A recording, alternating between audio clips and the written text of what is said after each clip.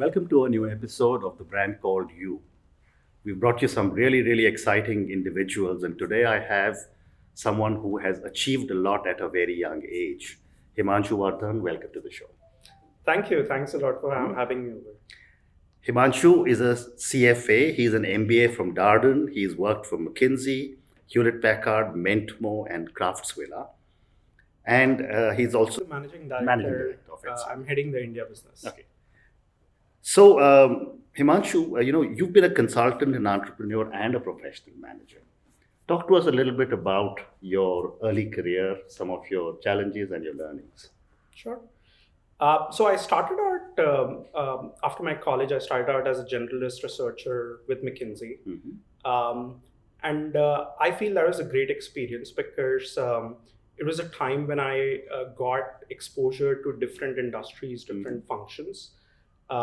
I feel that that early learning of being a generalist and working across sectors, across geographies, and across industries preps you up for sort of specializing in the later part of your career, and it makes it easier for you to transition from one part of your career to another part later on. Yeah. After that, I was pursuing CFA. I really enjoyed my sort of pursuing CFA and developing the mindset of from a portfolio point of view. Even though I've not practiced as much of investing in from a very structured point of view. Then I moved to the US and joined back McKinsey again in New York area. Again, it was a great learning experience. I'd worked with McKinsey in India. Moving to the US and working in one of the US offices, even though the overall approach to problem solving was very similar, but the culture and the kind of problems that we were solving were very different in US than in India. So again, that was an incredible experience, and also the diversity of people that we used to work with was a lot more interesting. And then I always had this entrepreneurial, entrepreneurial desire and need. So I started this venture called Mentmo. This is also based on my personal need that I felt earlier in my career, where I come from a background of people who have worked in science. My parents are doctors, or my family is mostly engineers or in science domain. Nobody had done an MBA or gone into the management domain. So when I was planning and thinking about a career in this domain, I had very few people to reach out to in my immediate circle.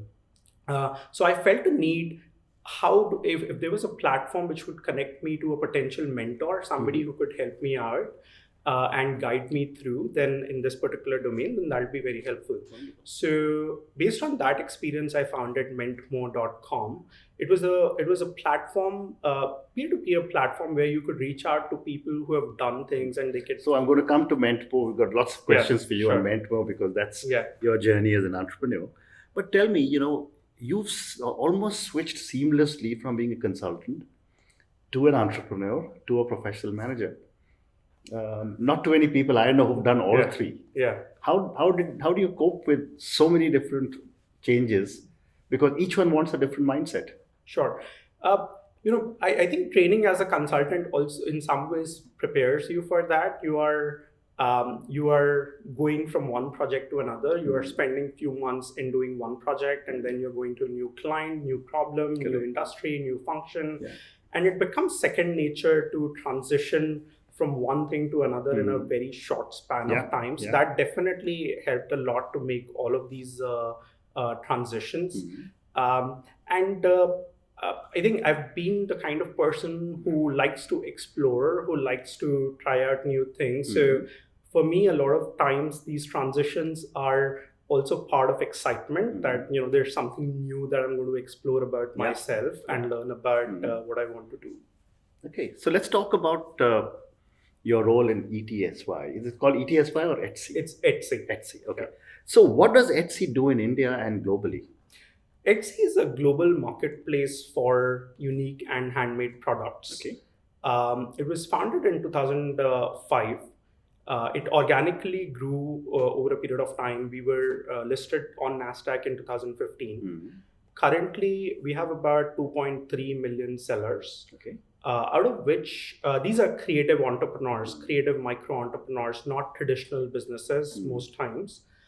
Out of these 2.3 million creative entrepreneurs, 87% are women, Okay. and 97% of them are home-based sellers. Wow.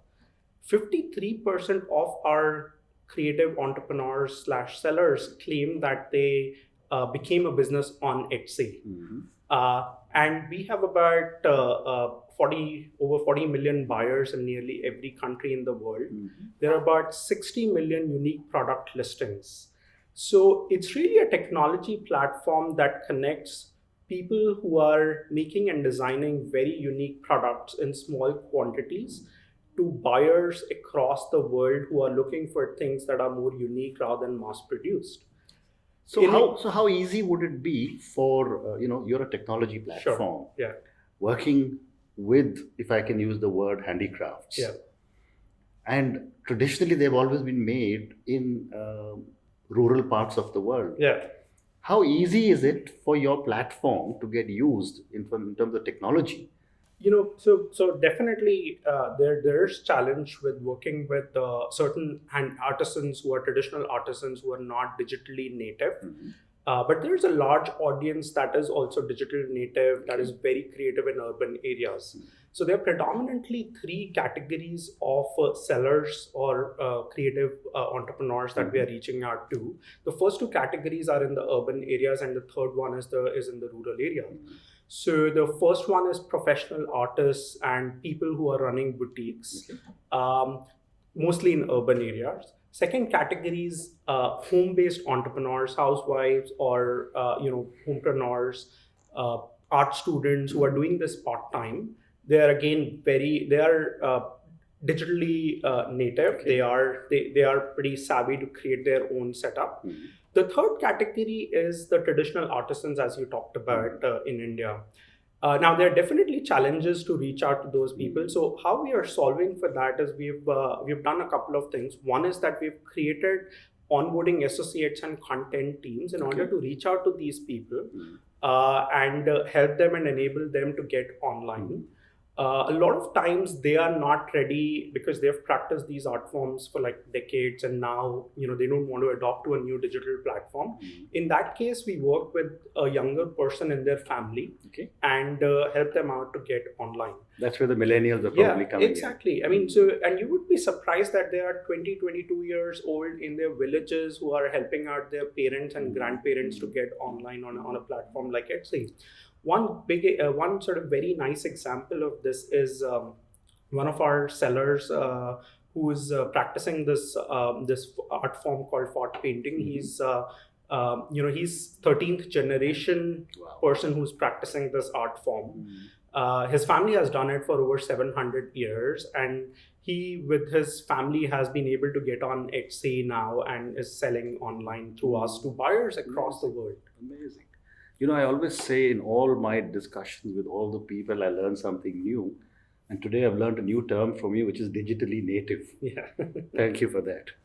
So tell me, with such a large number of products, what are some of your supply chain challenges?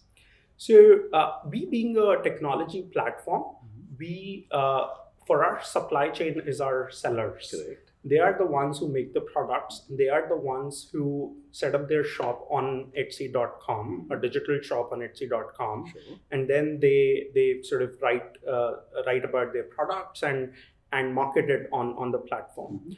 So for us, the challenge is mostly around when we think about India, most of the challenge is around how do we get these traditional artisans who are not digitally native to set up on India on the platform like Etsy.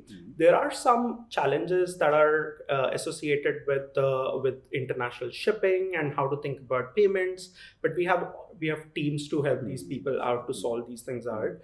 What we are doing essentially is creating like very small sellers who are sitting in their homes as exporters. Traditionally, when you think about exports, you would think about big container shipments going from India or from one country to another. What we are doing is if my mother is knitting a sweater, then she could be an exporter. She could sell to a buyer somewhere in France and with a nice handwritten note. Wow. In fact, one of the examples that I recall when my somebody sent a gift for my daughter on her birthday from France, and this came from this French housewife with a handwritten note. It was a small toy with my daughter's name written on it, with a very nice handwritten note. Came in this envelope which had this crumbled nature effect. Wow. That's the kind of experience that's very difficult to replicate in most of the other platforms. So, Himanshu, moving to Mentmo, company that you founded. Tell me a little bit about what Mentmo does and what are some of your objectives. So Mentmo, it's no longer there, but I founded it a few years back in my career. It was going back again. It was based on my personal need for a platform like that, which would help me and enable me to connect to people who could guide me and mentor me in my career. So Mentmo came from mentor. Yeah, exactly. Okay. So it was a peer-to-peer platform to connect you to people who have done something. Let's say if you're applying to a college, if there's already a current student or an alum of the college, then you could reach out to that person and seek mentorship. Or if you want to work at a particular organization, now rather than randomly reaching out on a social media platform, is there a way that you can actually contact the mentor and maybe in lieu of certain fee, ask for mentorship or seek mentorship? So it was that platform that I created. It was out of my personal need. It grew. We did pretty well for some time. It was largely bootstrapped in the initial years, and we had some external funding, and then we exited that business about 5 years back. So how did the mentoring work? I mean, did it mean that if I wanted you to mentor me, I would reach on the platform? Yeah. And then I would get connected to you, or would it be completely? So in the earlier phase, it would be like you would reach out to the person who has gone to who's done something that you want to do. You reach out to that person. That person, the mentor, would be asking for a certain fee to do that. So they would quote a certain hourly fee to have a conversation or to help you out. That fee ranged from anywhere between $40 to $100, depending on what you were reaching out for. And then through our platform, you would pay that fee and you would have the conversation. And if you're not happy with the mentorship or it didn't really help you out, then the money you would be eligible to get that money back if you're reaching out to the person. So it was really a marketplace kind of model that we created. Very interesting. So I want to go back to Etsy for one or two more questions before I come to some advice from you to startups. I was talking recently to a bunch of 3 young people who have started similarly what you are doing on a much bigger scale, a company called Lal 10. Yeah. I know these guys. I've met them. You know them. So I was speaking to them. And, we were talking about how much they're doing. I asked them a question on what are some of the challenges they face. What are the challenges you face with handicrafts and the other 2 categories in India? So one is a more broader challenge that if I were to call handicraft as an industry, then I'm going to talk about it. India has very rich history and very diverse history of different art forms and different kinds of handicrafts in different parts of India. You would go to a particular state like Odisha and you would probably find there are probably 100 different kinds of forms that are very unique. So that's definitely an opportunity, but that's also a challenge because when you aggregate that at an India level, you have these thousands of art forms that are very unique. And there's very little awareness about them. And there's not a singular branding that's coming out because there are just thousands of them. So the efforts of governments or efforts of different institutions to promote these get lost, and it just spreads too thin. So there's no coherent India handicraft brand story that comes out. It's a generic handicraft story. We can't claim like this one particular, India is known for this one particular thing. So I think that storytelling and branding is something that get missed out because of there are just so many of diversity, these diversity. So that's one of the things. The other thing is that as the digital medium and the digital platforms are opening up, there's huge opportunities for these people to be selling directly to the buyers.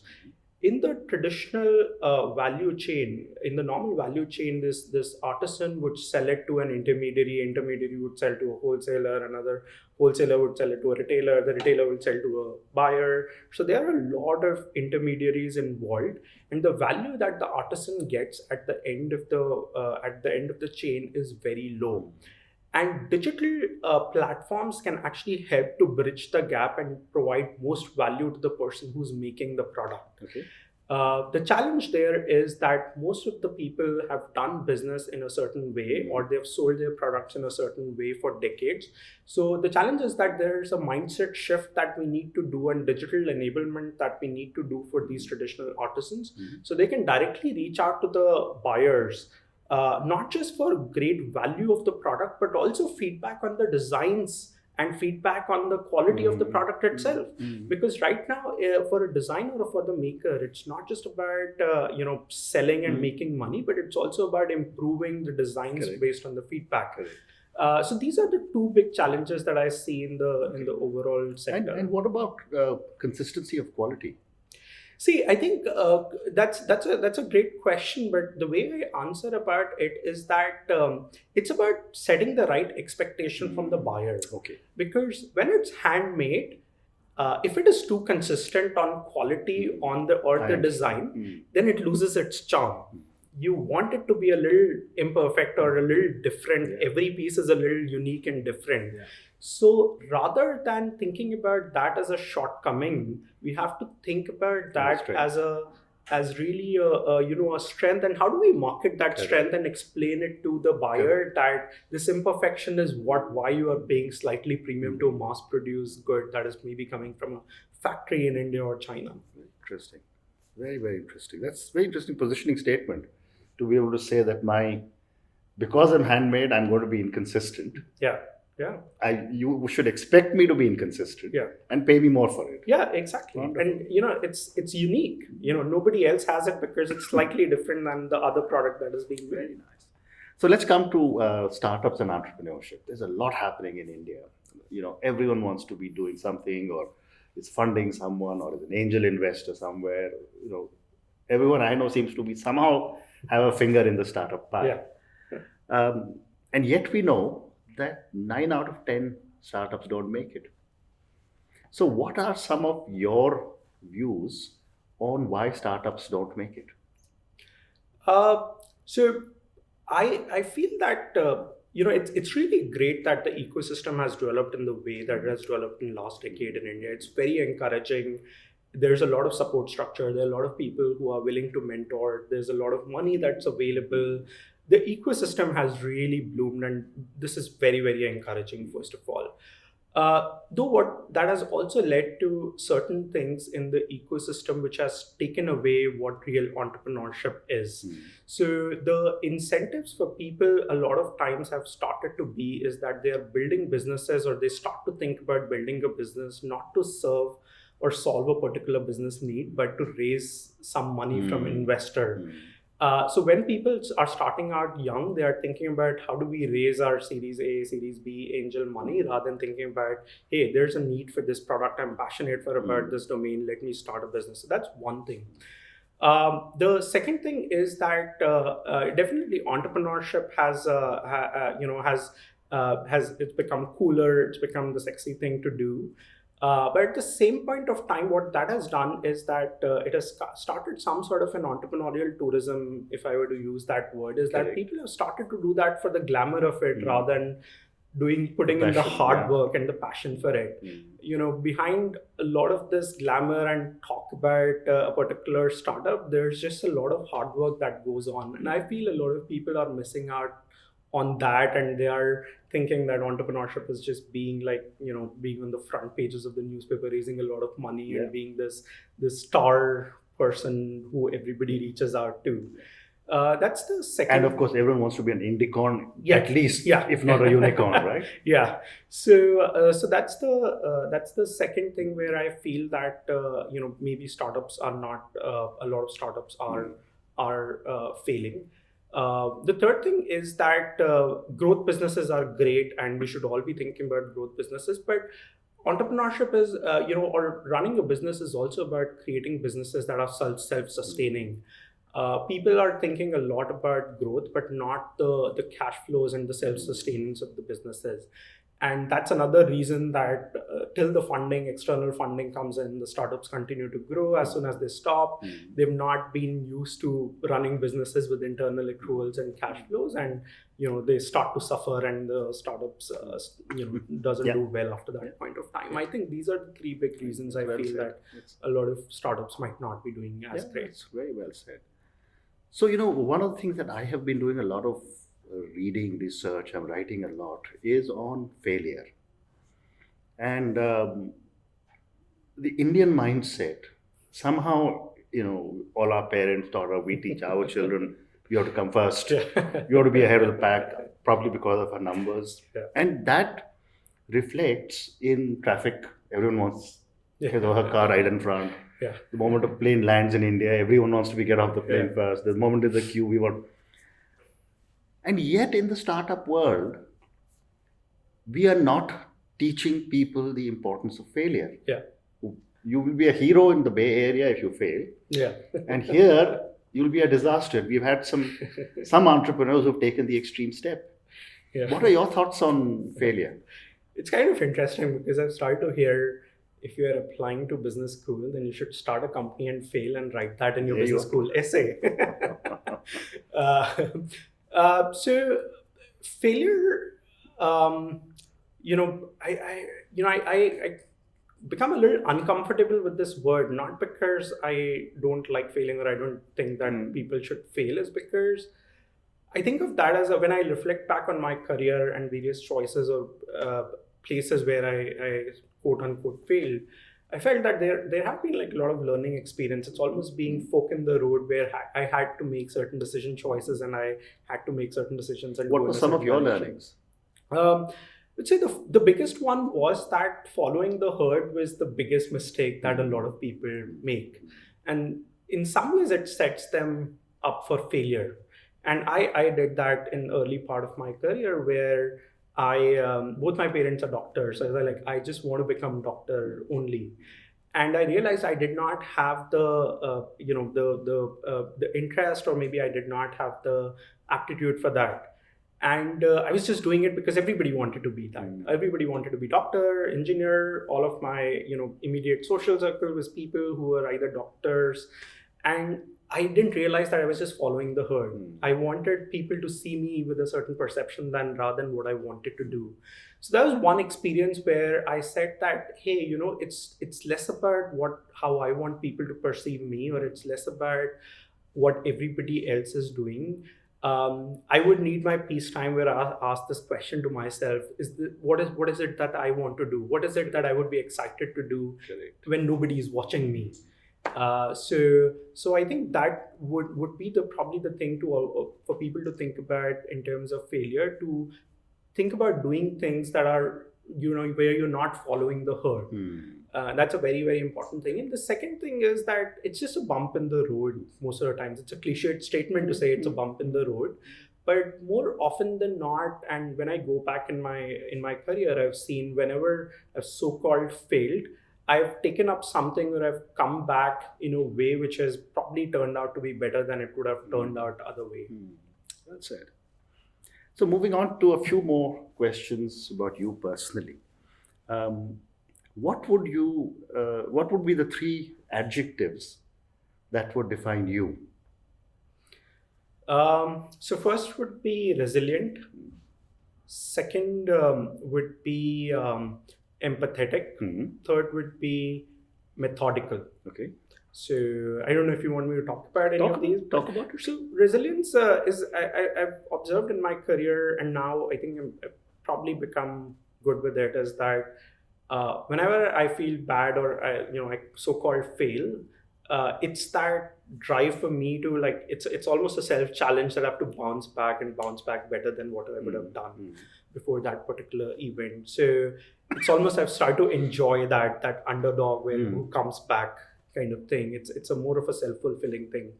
The second thing is empathetic. I do feel I do feel connected with people. I do believe that I'm good with understanding people, connecting with them at a level where I try to understand them and I try to see how do I work with them, how do I interact with them, and think about things that are beyond the obvious in the conversations.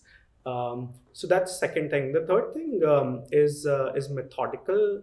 It's maybe my training as person who's been in structured environment of being a consultant, following structured problem solving process, is that I just try to be always think about the right set of steps. Everything that I do, I sort of start to think about various steps that I need to get to a particular point.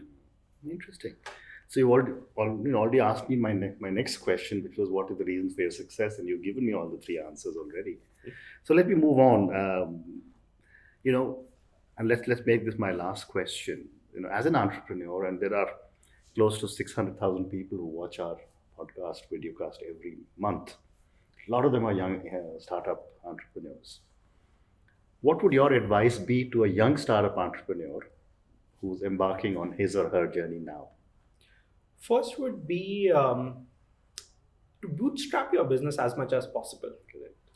A startup is your baby. For an investor, it's one of the probably many portfolio companies that they would be investing in.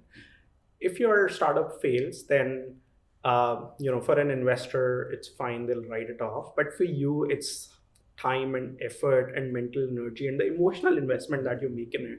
So try to bootstrap it as much as possible. That's the first one.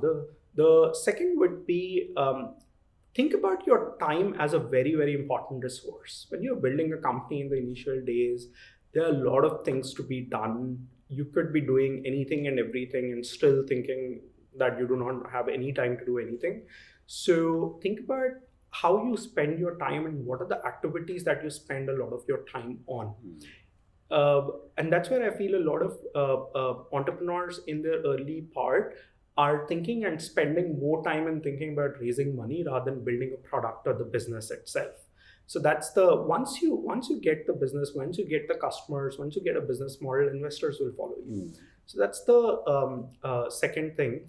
Third thing would be persisting with whatever you are doing and being very disciplined about it. Getting up every day at a certain point of time, being very, very disciplined about it, because it's not a job. You're not like going and answering to a boss. So it's very easy to say that, hey, today I'll start at this time, tomorrow I'll start at this time. But once you have that disciplined approach, then it reflects in what you are doing while building the firm as well. Fourth and last would be building the right set of team. Again, it's something that I've been talked a lot about in entrepreneurship, and I feel that is just extremely important, and I will just reinforce that is because when you are building businesses that scale up, you're not going to be able to do everything yourself. So you need the right set of people who share your vision, who share your passion, and who are committed to it. So build the right set of people and right team in order to scale up the business. Don't think that you will be doing everything. Yes. You'll not be able to scale it up otherwise. Wow. Himanshu, thank you very much. Talking to you has been an absolute pleasure and a huge learning. I wish you lots of success. Thank you. Thanks a lot for having me over.